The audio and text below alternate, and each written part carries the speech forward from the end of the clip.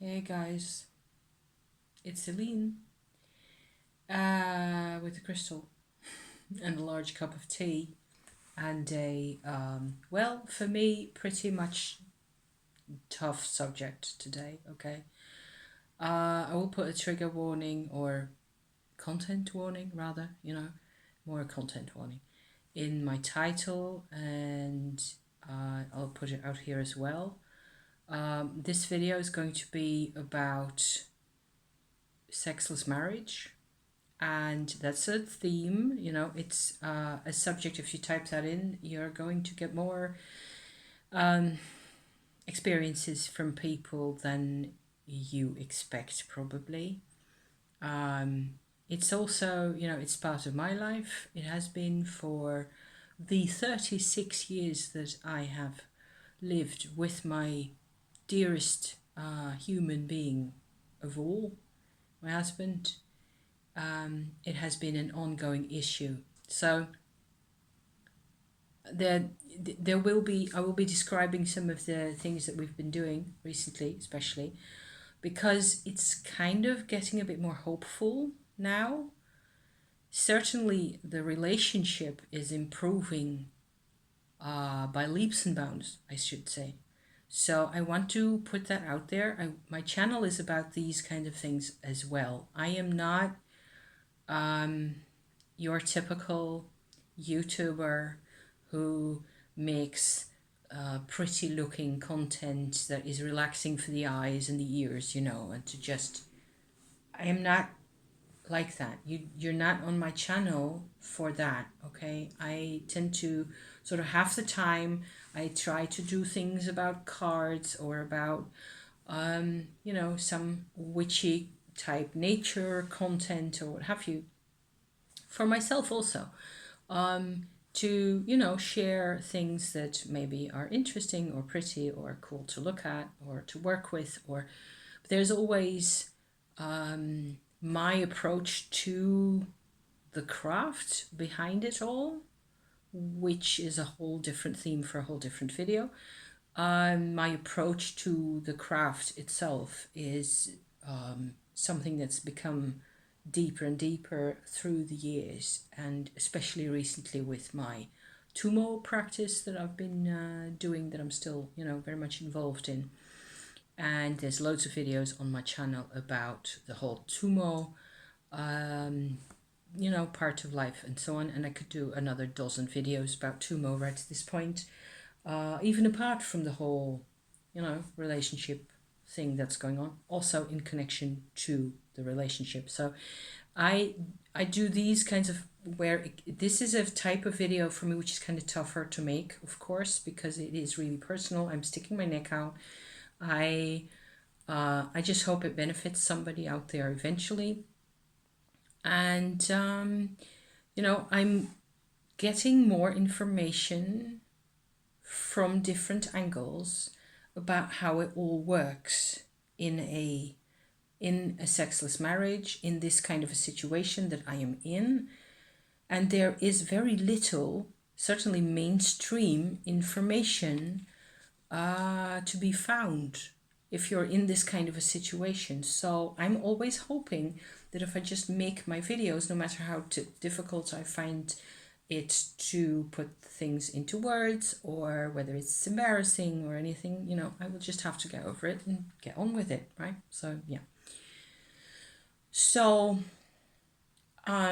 one thing which I find particularly annoying about the whole sexless marriage idea is that in mainstream society, it looks like most of the time it is supposedly the male in cishet, traditional male to female signed at birth type relationships and marriages and relationships that are long term.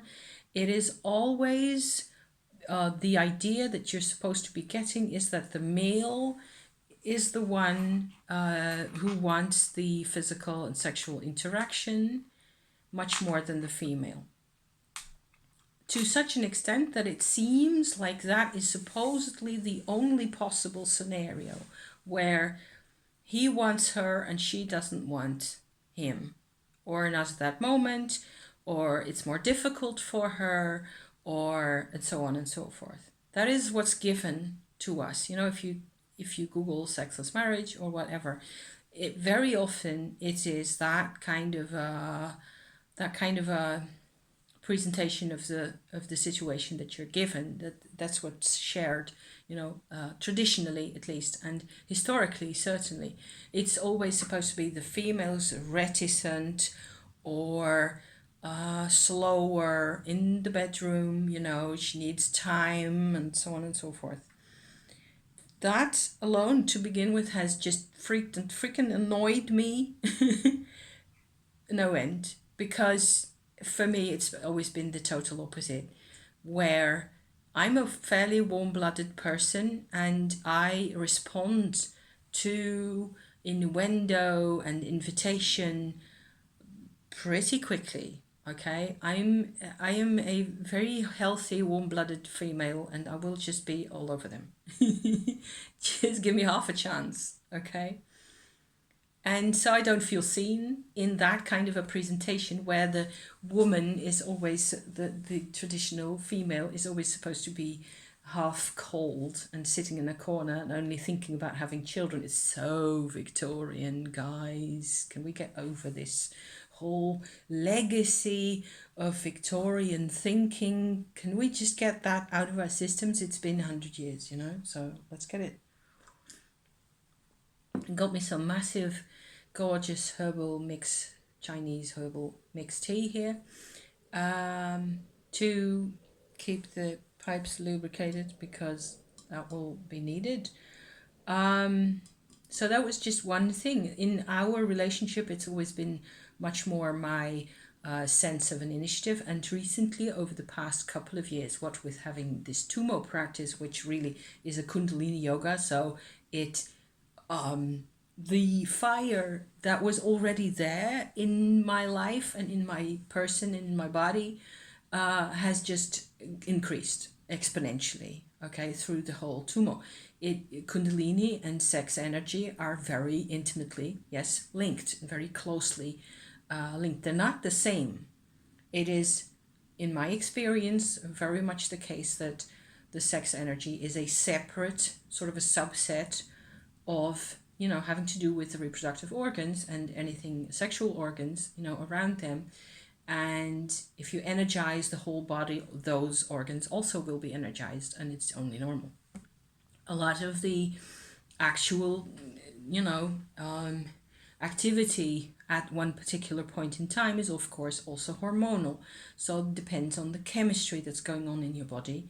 And for females, there's a cycle in that.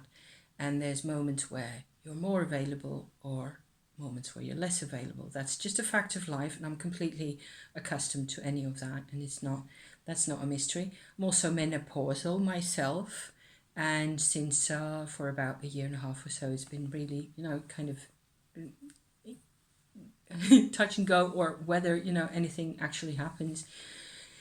In hormonally, for me, it's a bit more unpredictable than it used to be. There have been, issues with how I felt in terms of, physical fitness, which of course is very much a part of how open you are to sexual activity, or even just, thoughts and desires and things like that. So that has been a bit less predictable than before, whereas before I used to always, just post-menstruation, there was an estrogen flash happening, and I was just dying to basically get some there. Yeah. It's just a sketch of more or less the relationship between us. My husband and we are just such dear friends to each other mutually. He is, if you see smoke passing, that's my incense that's over there, that I lit to sort of also help me, concentrate and keep things going here. My husband and I are very, very fond of each other. We've been the closest friends of each other since day one, really, since actually getting together in early 1987, that was. At the time, already having actual physical intercourse in bed, in the bedroom, was not, it was not automatic, and not like just put a quarter in and the machine starts turning and you get your result that you need or that you want. Either of us, okay? He's had massive blockages, and that is why I am also, harping on about the traditional presentation of things, where actually I was willing all this time. I would have had 5 or 6 of his children, in a more natural kind of a life scenario than what we have actually been having, much of which unnaturalness I've actually documented on my channel. If I'd had a more natural life with him, I would have had those kids. I would have had half a dozen or more kids. No problem, because that's what my body certainly would have wanted, which is not the case. I have no kids as is.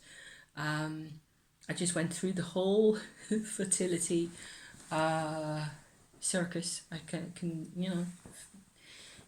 merry-go-round and the roller coasters and all the rest of it without really, getting that sort of a result out of things either. So there's a little bit of regret as to having children or not. It's just that it's the way it is. There's nothing I can do about it. At this point, I'm 57. I'm not about to start anything in the region of having kids now. Certainly, that, the difficulty with having to make a choice about having children or not, for us, has always been more or less preset. There was always like a preset thought that we weren't going to have children, that I wasn't going to have children.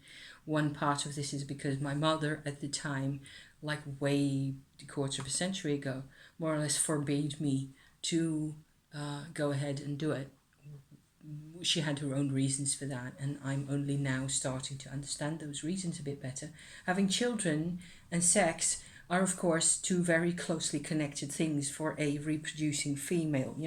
Somebody whose organs are all there, and it's very likely that you're going to get pregnant if you just do unprotected sex, right? So it's all connected. And I tried taking hormone pills at one point, so birth control pills. That was no success for me. I took them for 1 month and I was sick as a dog. I had more of the type of symptoms, maybe I should say, of physical discomfort, headaches, and similar kinds of sort of signals that I already had before, without the hormone, at the time. So I decided sort of right away after that 1 month, that was it. I wasn't going to continue on taking those.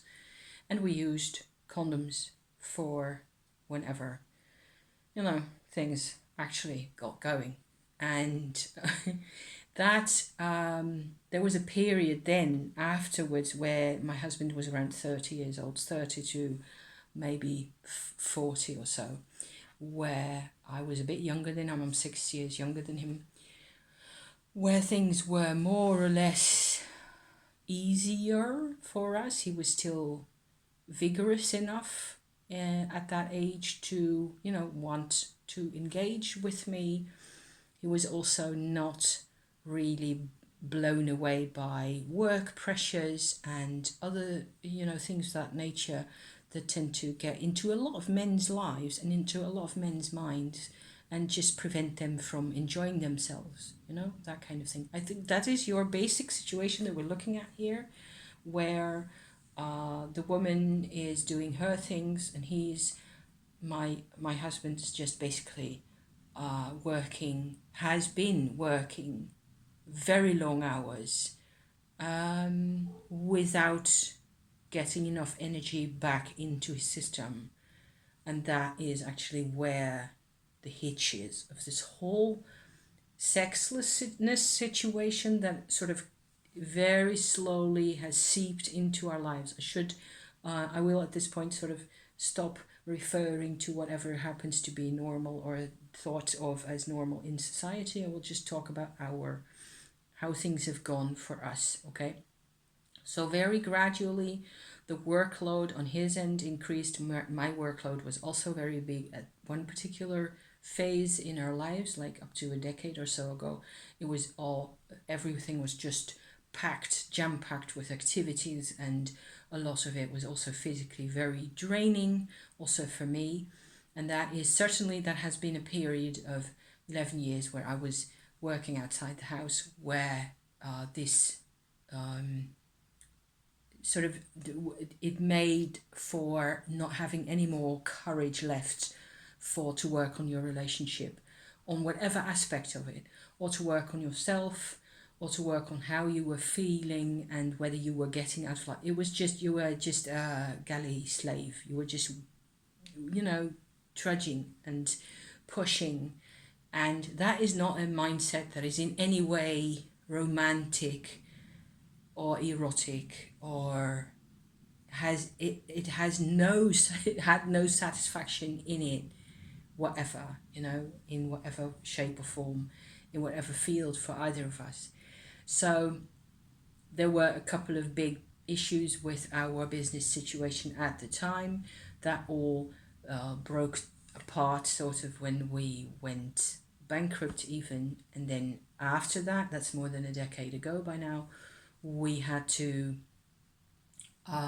start reevaluating. And that is why I decided also to stay at home, to just try and get all our ideas sorted. And I'm actually basically still doing that. I started on my YouTube channel about 5 years ago, and I've actually forgot I should be on to a channel anniversary by now, more or less, except I've never I always forget whether it's 4 or 5 years, and it feels like a dozen. It feels like I've been posting on my channel since God knows when, because so much has happened, and that is even without going into the whole pandemic situation that we've all been, graced with over the past couple of years. So, coming back to relationship issues as they develop over time, okay, so it turned out that you had a long stretch of time where we had less and less time for each other, where it turned out that we simply didn't spend enough time together anymore in order to have the courage to feel attraction towards each other. And it became everything that we did have by then, in terms of interaction, physical interaction in our marriage. It was more and more perfunctory. It was all on automatic pilot, and that didn't help either. So time passed, and years passed. And recently, okay, so my husband's 63 now, and he's really at an age where I feel like if we are ever going to make a change in this, make more time, that is rule number one, really, for things to actually be a bit more about what we need in our lives, not just me, him as well, then now's the time. I cannot afford to let this whole idea slide out of my life and to just, read my books and read about tarot and you watch videos the rest of my life. I really feel very strongly that I need to get back this kind of activity. I need to get rid of the sexless marriage, okay? And so that has been on my agenda for a couple of years now. I have tried out doing what I call Tummo kinds of treatments on my husband, with his knowledge, of course, always, trying to shift things around. There's a whole different set of scenarios that he's, that he's been working on himself also, what with being a womb twin survivor, with having a lost twin brother in the mix there for him. I believe that is also a huge factor in his whole life. And recently, okay, so there have been recent developments in 2023, actually in March this year. I also posted a video about this. There was this energy interaction where I, together with him, I actually sort of extracted from his person an energy imprint, what looked like, what do you call those? An implant. An energy residue that had something or other to do with this lost twin. So that was actually embedded in his underbelly and basically fossilized, turned to stone, everything below the stomach for him.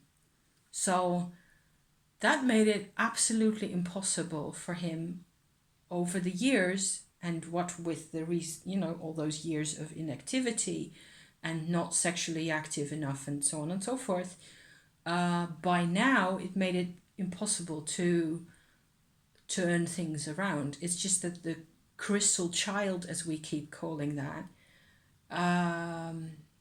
that force was really powerful. So there's a video about that on my channel. I will dig it up and stick the link in the description for you. If you want it, you can find it there. So after that, okay, March, April, there was already quite significant improvement, especially emotionally, where the levels of intimacy between us and the levels of playfulness and erotic or semi-romantic general interest in each other has already increased significantly. So I am saying here, energy work pays, and energy healing work, okay, if done in a honest and straightforward approach, which is what we were doing because we were bloody motivated, both of us, it works and it pays. But it's not enough. And it's not like you get one solution for this problem. It's like the sexless marriage or the loss of all vital force in a relationship like that, especially with the life that we've been living, with all the workloads and all the rest of that, and the lack of contact and all that, It is not a one-step solution. It is not a one-step. I keep feeling myself that this whole thing is teaching me so much that I would otherwise never have learned, okay? So hence the lengthy videos, and I just need to, I realize more and more as I stand here and talk to you, it is what I have to do. I am learning things and I am putting them out there as best I can. Hopefully it's not too much of an endless ramble here. If it is, then this video is not for you. You do not need to watch this video if this is not your situation or something you are dealing with yourself. So after that, okay, after March, there has been a significant, like hard to measure, hard to express increase in interest, mutual attraction to each other. Also physically, we have been experimenting a bit more. We have been, sharing so much more. We have not done the obvious things, which is what everybody will tell you to do, is watch porn together. I don't really care for doing that. I don't think it will help. We have not used medication of any kind for him or for either of us, So not those kind of things. And as it is, we have absolutely more of a being aware of each other's presence, much more in an alive and pleasant and happy to see each other, kind of a way. that has been going on in our lives. That is just bliss.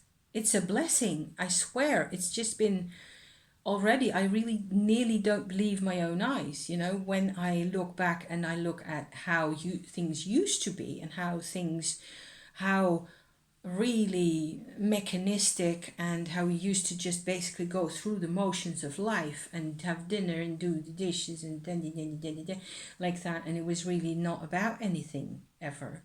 So that has changed for the better since getting rid of that crystal child, whatever it really was, because it was just out of this world. It was a completely scary and ghost-like and horrible experience. I don't have many of those.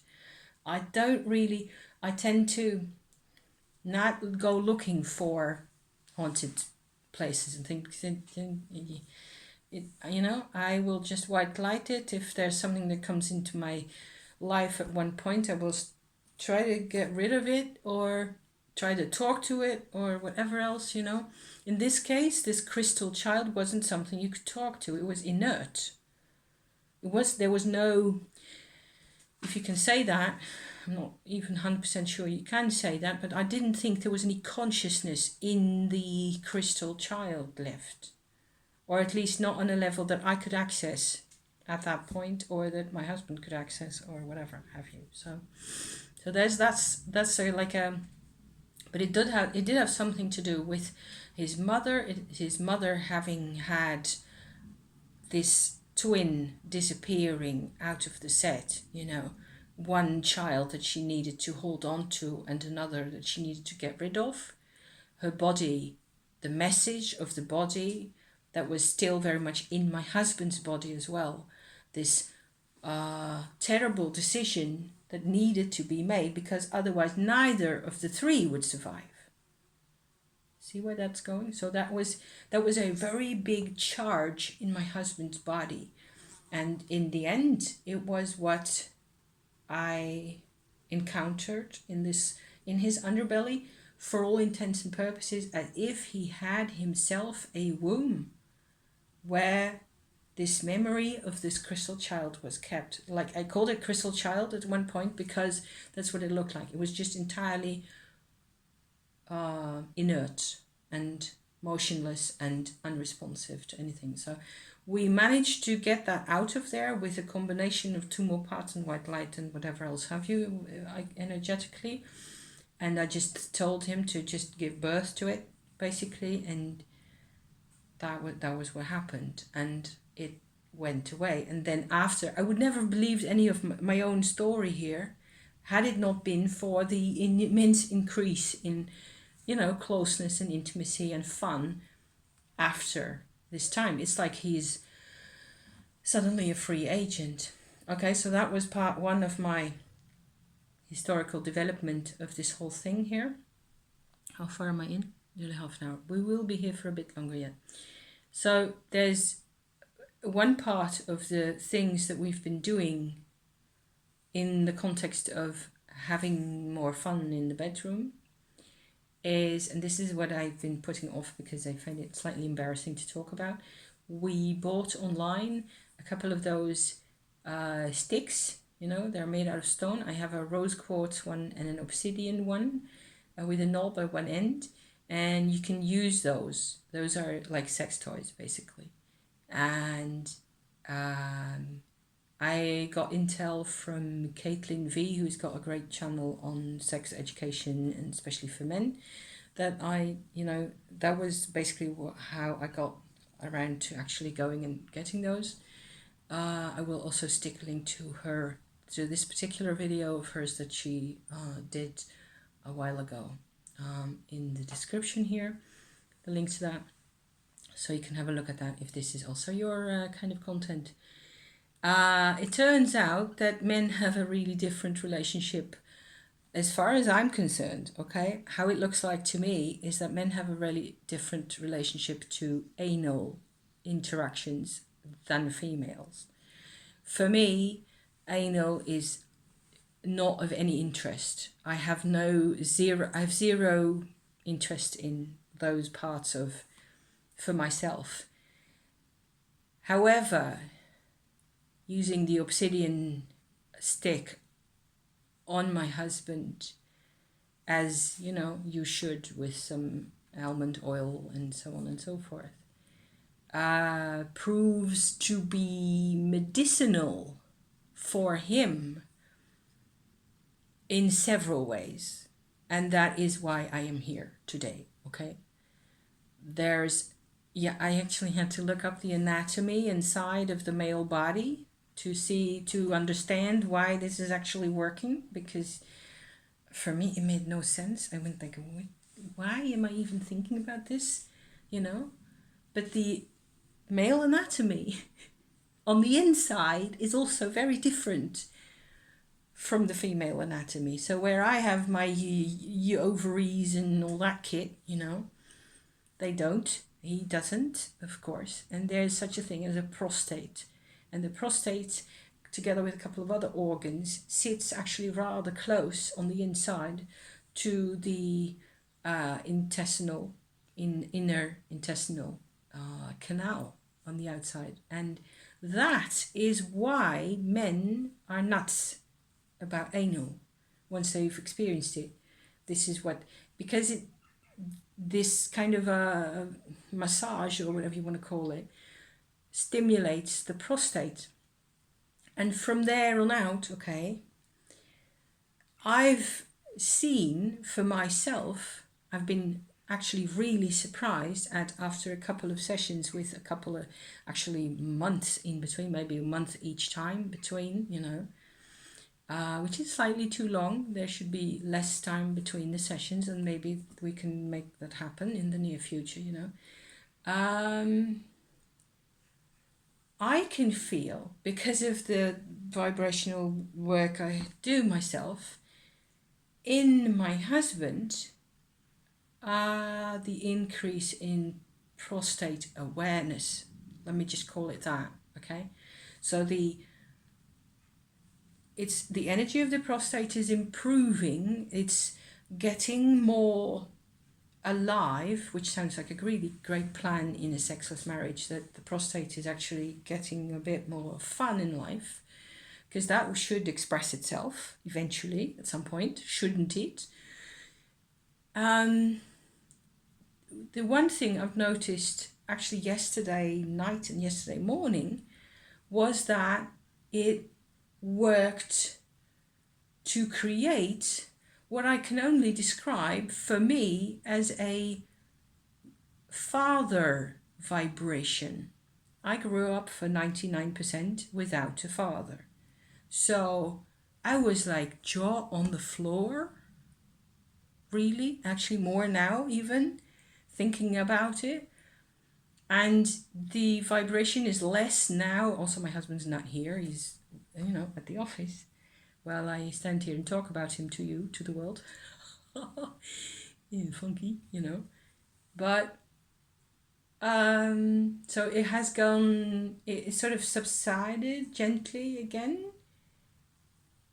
To me, it's a completely new experience. It feels like this father vibration actually feels very protective, very wholesome. My whole body actually registered something fairly new, but not unknown and not unfamiliar. I just had to become aware myself that this was what was happening to me. And I went like, oh, this is nice. I don't mind, having some of this occasionally. Because for once in my life, it means that there is this father figure. I mean, it is really a new thing for me, because my parents divorced when I was 5, and my dad wasn't really very much in my life for many reasons, before that even, and certainly as I grew up, he was gone. I never saw him after I was 6, so only a few times afterwards. And I don't have a relationship with my father. My father and I are just strangers, really. Not really strangers mentally, in that we do have some of the basic background that we share, of course, and we're both aware of that. And He's very much my dad. But not in the father sense. By now, I wish I could have been a friend more. I was wanting that, but yeah. It makes me feel protected. Eyebrows going up here, or else. To feel protected. That's cool.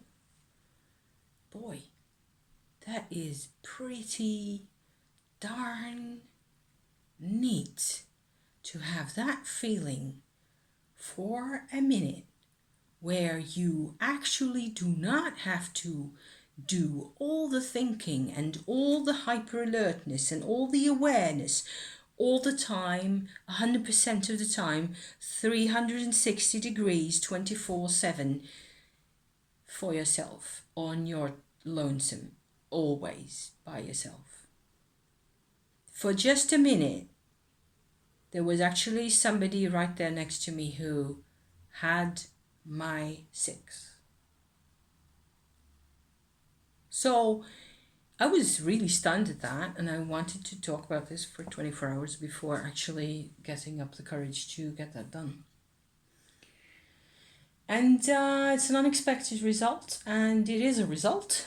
So husband's completely happy and content with what he's getting so far out of this, and so far that still doesn't mean that we're having the relationship, the intimacy that we might have that might have been there, because nobody's getting any still now, there's improvement, there's increase in everything. It's like a crescendo, very slowly building. And I keep getting Empress cards for the future, so things should resolve themselves eventually. So the other and probably final part to this whole thing is a psychological part. And this is actually going rather better than I expected, where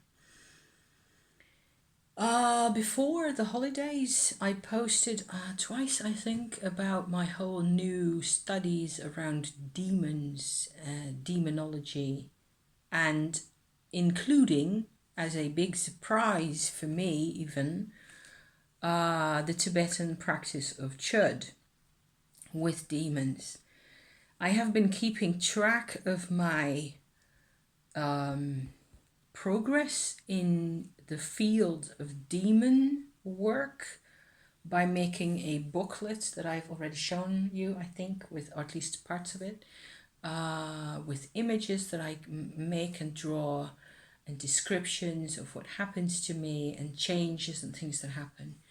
I have been finding that the best, the most extraordinarily helpful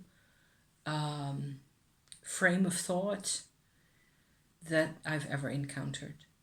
The only thing that comes remotely close is Kabbalah.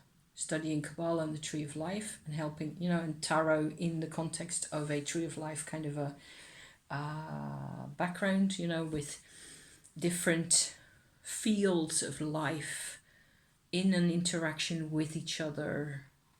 I think it's kind of important that you study Kabbalah first before getting into demonology.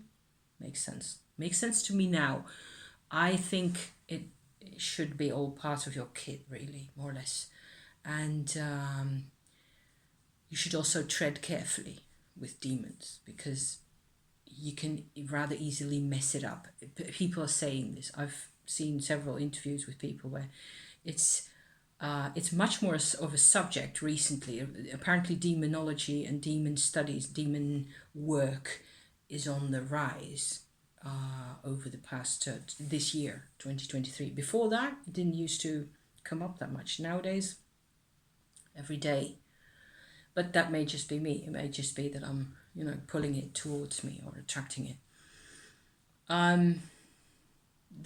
It would not have been complete without the Chöd approach, which is a whole different story and a whole different study, and I must say, an exhausting practice, with, especially when you already do Tummo and then you still manage to create Chöd out of it, and it just becomes a whopping big, life-changing, wrenching turmoil of a series of shifts in perspective and things you can physically feel as shifting perspective. That's what Chöd does. It changes your physical perception of things. So it's really direct and really, hardcore. It's not for pussies. God, no. And I have done a couple of Chöd sessions for myself, which had these consequences and these other, in conjunction with doing Tummo practices for my nervous patterns in my body, which is created. So it had changed my physical perception and perspectives on life so many times around in a couple of months' time that I'm often feeling like I just need to stand here for a bit for all the old parts to catch up with me, because I just go, otherwise I'll just be completely at a loss. What is next on in my day? I have no idea. I swear. So what with that having happened before my holiday, as we were camping in Ireland during the early parts of August, my husband and I did a Chöd session for him as well. So I'm getting back to the whole marriage thing, okay, at this point, where I needed to introduce to you what the what the demon story was like. And I have managed to we have managed, I should say, to sort of translate it into a form that worked for my husband as well. And I have not really had much of a chance because of other things happening, traveling, other things, seasickness and difficulties and lousy weather and things like that. Everything just really being difficult. Everything being difficult. It was not so easy to get a sense of what his Chöd session really did for my husband. And certainly for him, his pattern tends to be that it takes him a couple of days or weeks longer to evaluate, to come to a kind of a new perspective. Okay, so this is what was happening. This is how I used to do. Oh yeah, that actually really changed, kind of a thing. I do that the next day or the day after, 2 days, 3 days. I write things in my journal. I write things in my demon studies book, and then things fall into place, and I can sort of see how much the first thing that I got really out of the whole demon studies process for myself was that I became so much more compassionate towards all humans. It is like a radical compassion, which is like, I like it, because it means I don't need to judge. I don't need to spend time judging people. And thank God, I just don't need that kind of stuff anymore. I don't need to be judgmental. I don't need to be deciding for people what's right or not. They will do their own mess. People will do their own mess anyway. So why should I even bother thinking about things, when I can be doing other things with my time?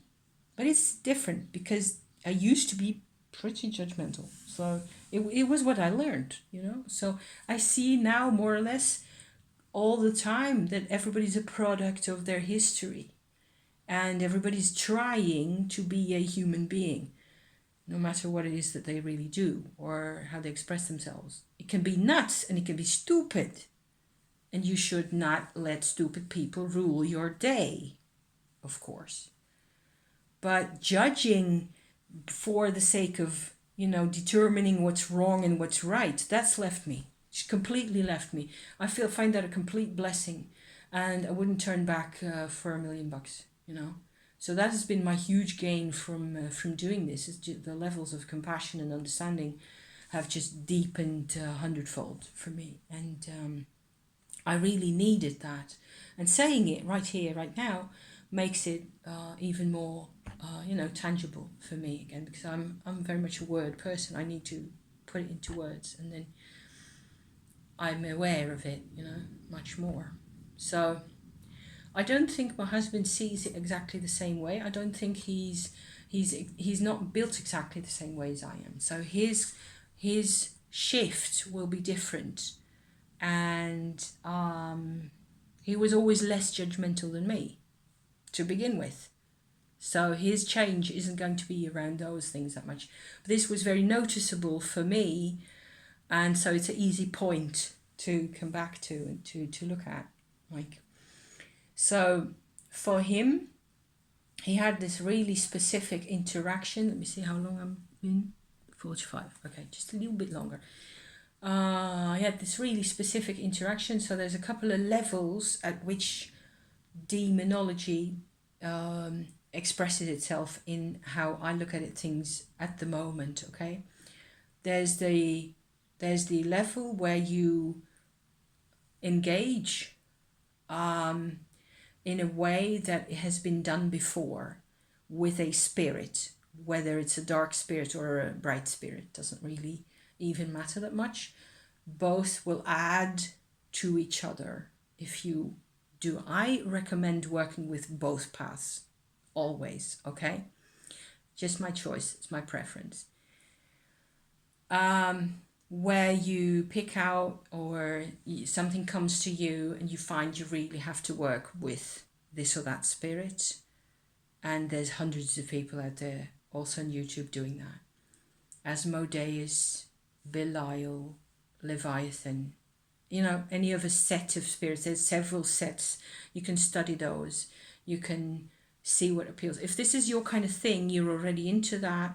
If you find it all really scary, I think you were told things that aren't necessarily always true, and no, not everybody has to go through this. Okay, so maybe you don't need to do any of this. If it appeals to you, if this calls you, then there's this layer, okay? There's this layer of sort of culturally acknowledged figures, either dark or bright. So, Leviathan or any of those, okay? Names of angels, names of spirits to be found in the cultural database all around us.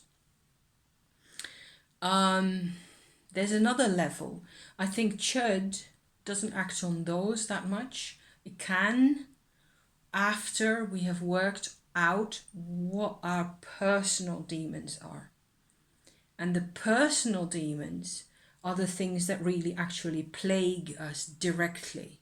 So those are really dark figures. And I have found figures in the cultural database, like Furfur, for example, who's a stag demon, okay, who seems to, because of the elemental connection with fire and so on, to be a adequate, and what with history in my life, with having stag figures coming in and out of my life, on and on, over the years, I felt validated to accept Furfur as a sort of a symbol or an archetype for my personal, or a part of my personal plaguey personal demons, okay? My personal psychological hang-up demons, the anxiety and self-doubt and horror, things that have been very much a part of my personal past, okay? Emotions that are really visceral, really direct, and really unique also, because you can have 10 people with anxiety and they'll all be different.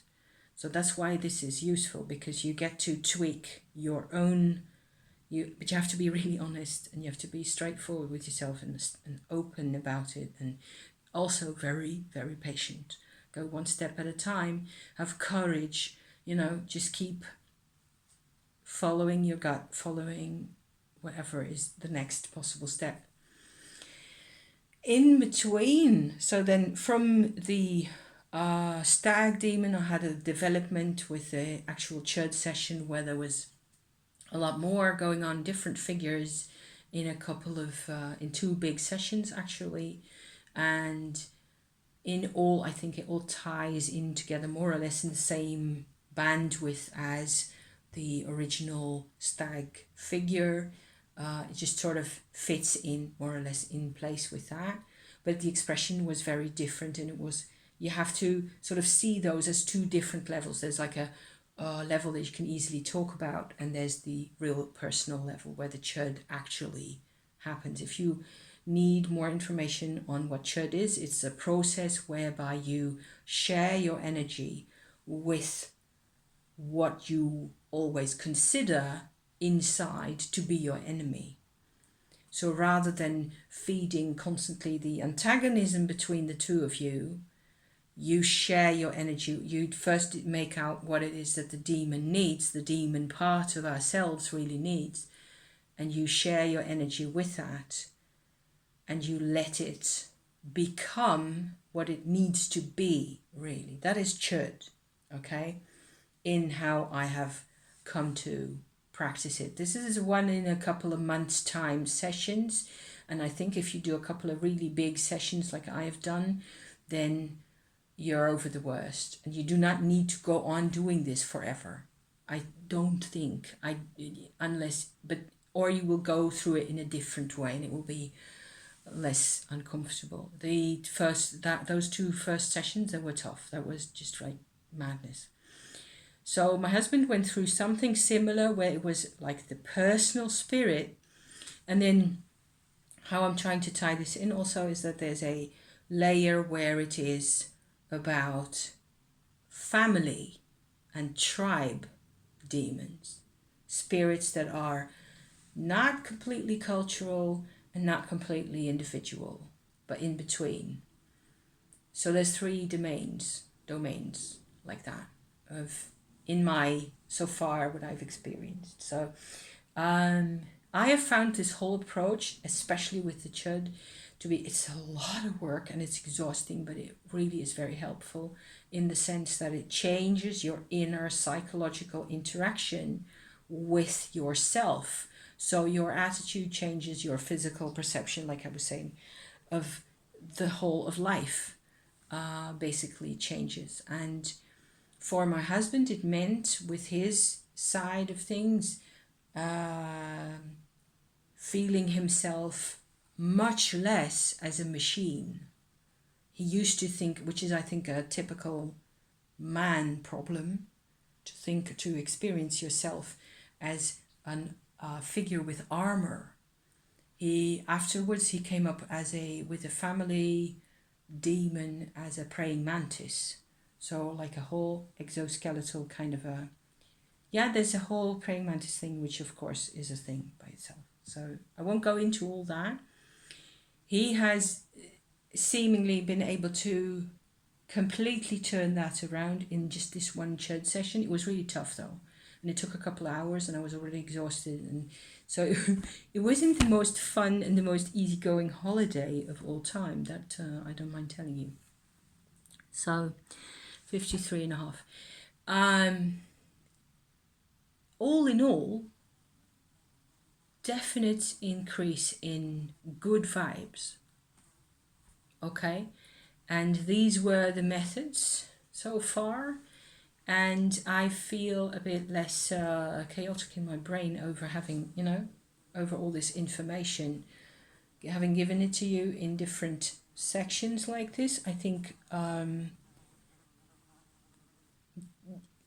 there's much more than meets the eye to all these kinds of problems, and a sexless marriage is a large relational issue. And I don't mean to say that every sexless marriage has this kind of a pattern underneath it. It's just that if you do have the time and it is something that you need to get around to figuring out, then there's a couple of tools.